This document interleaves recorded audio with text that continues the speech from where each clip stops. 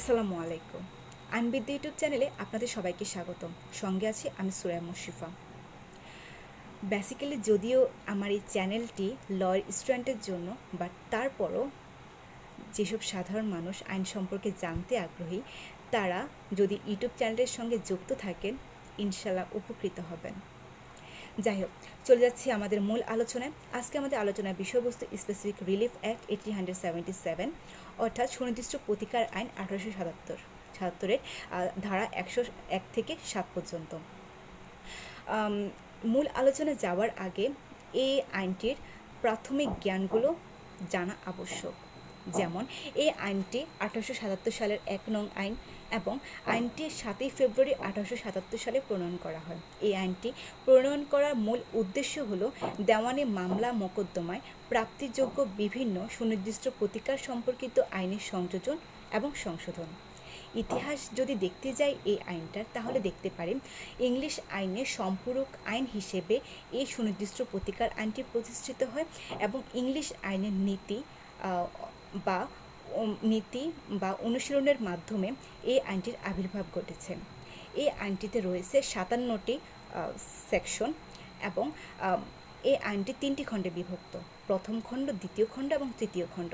প্রথম খণ্ডে রয়েছে প্রথম খণ্ডে 1 থেকে 7 পর্যন্ত আলোচনা করা হয়েছে ধারার, এবং দ্বিতীয় খণ্ডে ধারা 8 থেকে 43 পর্যন্ত আলোচনা করা হয়েছে, এবং তৃতীয় খণ্ডে ধারা 45 থেকে 57 পর্যন্ত আলোচনা করা হয়েছে। যাই হোক, এবার চলে যাচ্ছি আমাদের ধারার মূল আলোচনায়। প্রথমে ধারা 1।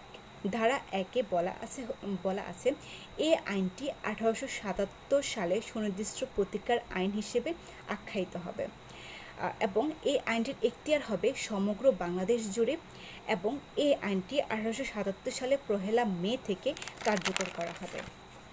সেকশন 2-তে যেটা আমরা দেখতে পাচ্ছি সেটা হলো 1891 সালে এই আইনটির যে সংশোধনীটা হয়েছে সে সংশোধনীতে সেকশন 2টা বাতিল করা হয়েছে। এরপরে সেকশন 3-তে ইন্টারপ্রিটেশন ক্লজ অর্থাৎ ব্যাখ্যা অনুচ্ছেদ। এখানে 3টি বিষয় নিয়ে আলোচনা করা হয়েছে: 1 বাধ্যবাধকতা, 2 জিম্মা এবং 3 জিম্মাদার। বাধ্যবাধকতাটা কি আইনের ভাষায়? আইনের ভাষায় বাধ্যবাধকতাটা হলো আইন দ্বারা বলবৎযোগ্য প্রতিটি কার্যক্রমে হলো বাধ্যবাধকতার অন্তর্ভুক্ত। এরপরে জিম্মা হলো আইন দ্বারা কার্যকরযোগ্য সুস্পষ্ট ইঙ্গিতবোধক প্রতিটি কার্যক্রম অথবা আনুমানিক বিশ্বাস স্থাপনপূর্বক ন্যস্ত মালিকানা। জিম্মাদার হলো এমন ব্যক্তিকে বোঝায় যার উপর সুস্পষ্টভাবে ইঙ্গিতবোধক প্রতিটি কার্যক্রম অথবা আনুমানিক বিশ্বাস স্থাপনপূর্বক মালিকানা অর্পণ করা হয়েছে। যদি আমরা উদাহরণ হিসেবে দেখতে যাই, তাহলে দেখতে পারি আমি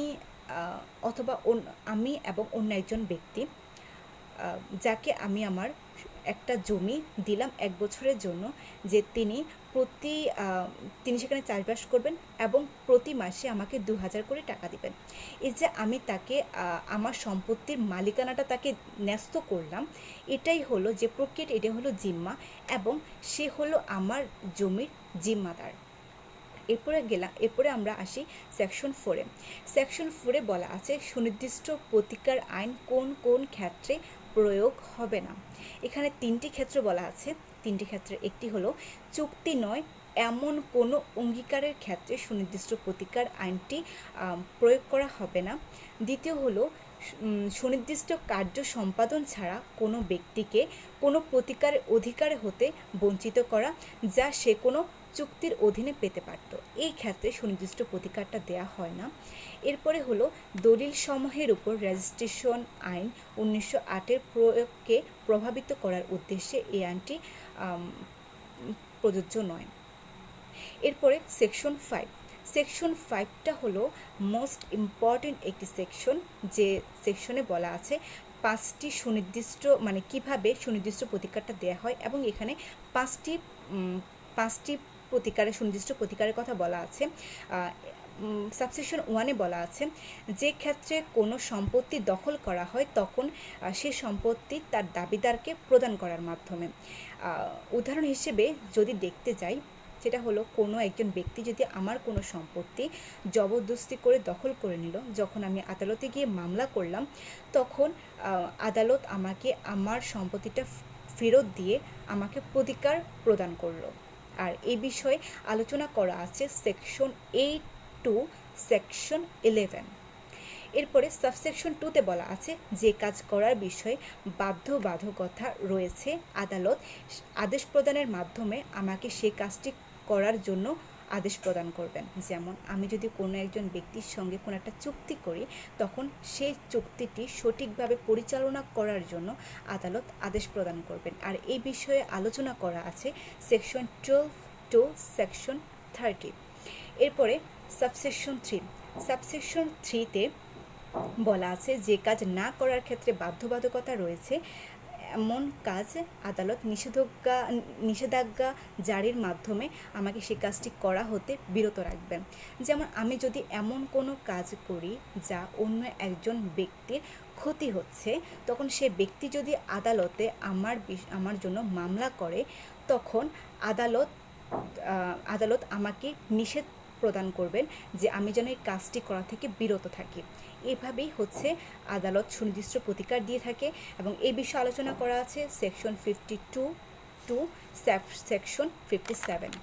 এরপরে বলা আছে সাবসেকশন 4-এ। সাবসেকশন 4-এ বলা আছে ক্ষতিপূরণের রায় প্রদান ব্যতীত ঘোষণার মাধ্যমে বা অন্য কোনো উপায় প্রতিকার প্রদান।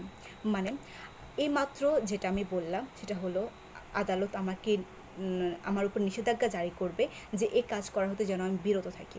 এই যে আদালত কিন্তু আমাকে কোনো শাস্তি দেয়নি, আদালত আমাকে একটা ঘোষণা দিয়েছে, যে ঘোষণার মাধ্যমে আমি বুঝতে পেরেছি যে আদালত আমাকে কাজটি করা থেকে বিরত থাকতে বলেছেন।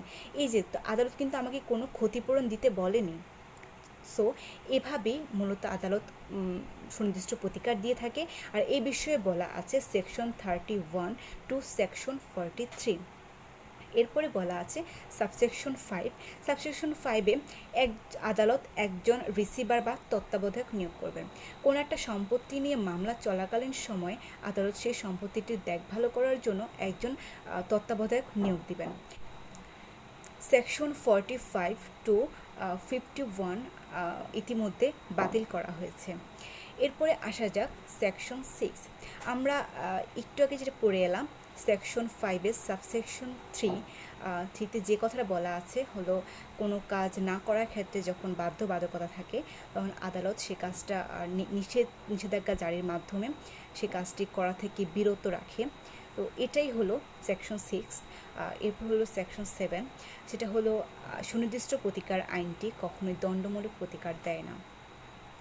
এই হলো আজকে আমার আলোচনা। ভিডিওটি কেমন লাগলো অবশ্যই নিচে কমেন্ট করে জানাবেন।